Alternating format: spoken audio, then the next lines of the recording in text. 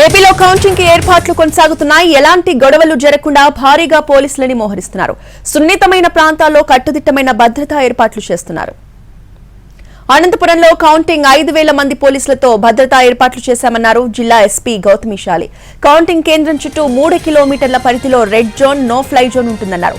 ఇక సమస్యాత్మక ప్రాంతాల్లో కేంద్ర బలగాలని మోహరించామంటున్న ఎస్పీ గౌతమిశాలితో మా ప్రతినిధి శ్రీనివాస్ మరిన్ని డీటెయిల్స్ అందిస్తారు. సార్వత్రిక ఎన్నికల కౌంటింగ్ సంబంధించి కౌంటౌన్ ప్రారంభమైంది. అనంతపురం జిల్లా పోలీసులు 3 రోజుల సమయం ఉండగానే జేఎన్టీయూ పరిసర ప్రాంతాలన్నింటినీ తమ ఆధీనంలో తీసుకున్న పరిస్థితి. ప్రస్తుతం జిల్లా ఎస్పీ గౌతమిశాలి మన వద్ద ఉన్నారు. కౌంటింగ్ రోజు ఎలాంటి ఏర్పాట్లు చేశారు? జిల్లా దాదాపు 5.6 కిలోమీటర్ల పరిధిలో ఉన్న జేఎన్టీయూ చుట్టూ ఆవరణ ప్రాంతాల్లో ఎలాంటి బందోబస్తు ఏర్పాటు చేయడం తెలుసుకునే ప్రయత్నం చేద్దాం. చెప్పండి మేడం, మొదటగా జేఎన్టీయూ ప్రాంగణం చుట్టూ ఎలాంటి ఏర్పాట్లు చేశారు? కౌంటింగ్ కేంద్రాల వద్ద ఎలాంటి బందోబస్తు ఉంది? మన అనంతపురం టౌన్ మొత్తం 16 స్క్వేర్ కిలోమీటర్స్ ఉంది. దాన్ని 8 గ్రిడ్స్గా మనం విభజించడం జరిగింది.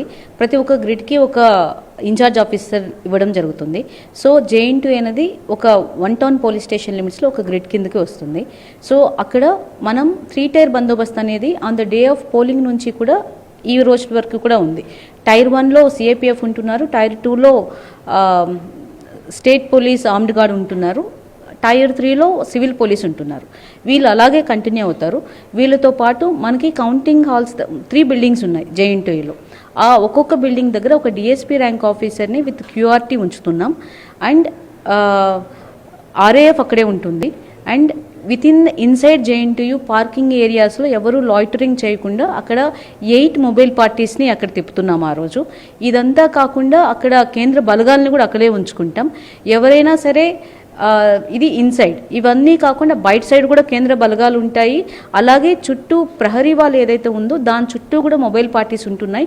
ఆ చుట్టూ ఉన్న బైలైన్స్ అన్నీ కూడా physical barricading and concertina coil use చేసి వాటిని క్లోజ్ చేయడం జరుగుతుంది. ఓన్లీ 2 ఎంట్రన్సెస్ మాత్రమే అలౌ చేస్తున్నాం. One is from Hindu burial ground, the other one is from Renuka gate.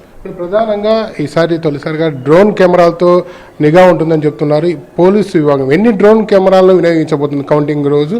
అలాగే సీసీ కెమెరాలకు సంబంధించి మొత్తం ఎంత రేడియస్లో సీసీ కెమెరాలు ఏర్పాటు చేస్తారు? అది ఎలా అనుసంధానించబడుతుంది?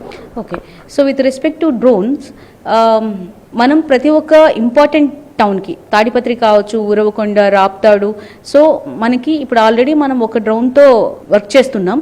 So with in maybe today and tomorrow we would be receiving 8 drones. So total 9 drones అనేవి వర్క్ అవుతాయి.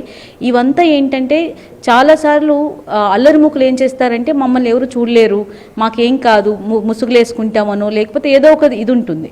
సో ఎప్పుడైతే మనం డ్రోన్ కెమెరాస్ ద్వారాను ఇంకా సీసీటీవీ కెమెరాస్ ద్వారాను సర్వేలెన్స్ చేస్తుంటామో it is easy to catch them.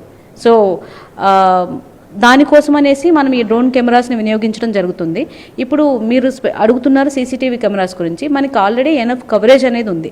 అది కాకుండా స్పెసిఫిక్గా 225 ప్లేసెస్ అంటే టు కవర్ ఇంపార్టెంట్ ఆస్పెక్ట్స్, ఎక్కడైతే మేము ట్రబుల్ ఎక్స్పెక్ట్ చేస్తున్నామో ఆ ప్లేసెస్లో అన్నింటిలో కూడా ఇప్పుడు కొత్తగా కెమెరాస్ పెట్టడం జరుగుతుంది. ఈ రోజుకి 84 లైవ్ స్ట్రీమ్ అవుతున్నాయి. రేపటికి ఆల్ 225 కూడా మనకి అవుతాయి. సో ఇవన్నీ ఏంటంటే I want people to know that they are under watch. ఎవరైతే అల్లరిముఖులు ఏదైనా చేయాలి అని అనుకుంటున్నారో వాళ్ళందరూ కూడా వాచ్లో ఉన్నారనే విషయం వాళ్ళకి మేము ముందే చెప్తున్నాం. So that they would be careful. కేంద్రం లోపల బయట ఎలాంటి అరాచక శక్తులు కానీ అల్లరిమూకులు కానీ ఏదైనా చేయాలని చూస్తే కఠిన చర్యలు తప్పవని, అలాగే ఎన్నికల సమయంలో నమోదైన కేసులు చాలా తీవ్రంగా ఉంటాయని ఎస్పీ గౌతమిశాలి చెప్తున్న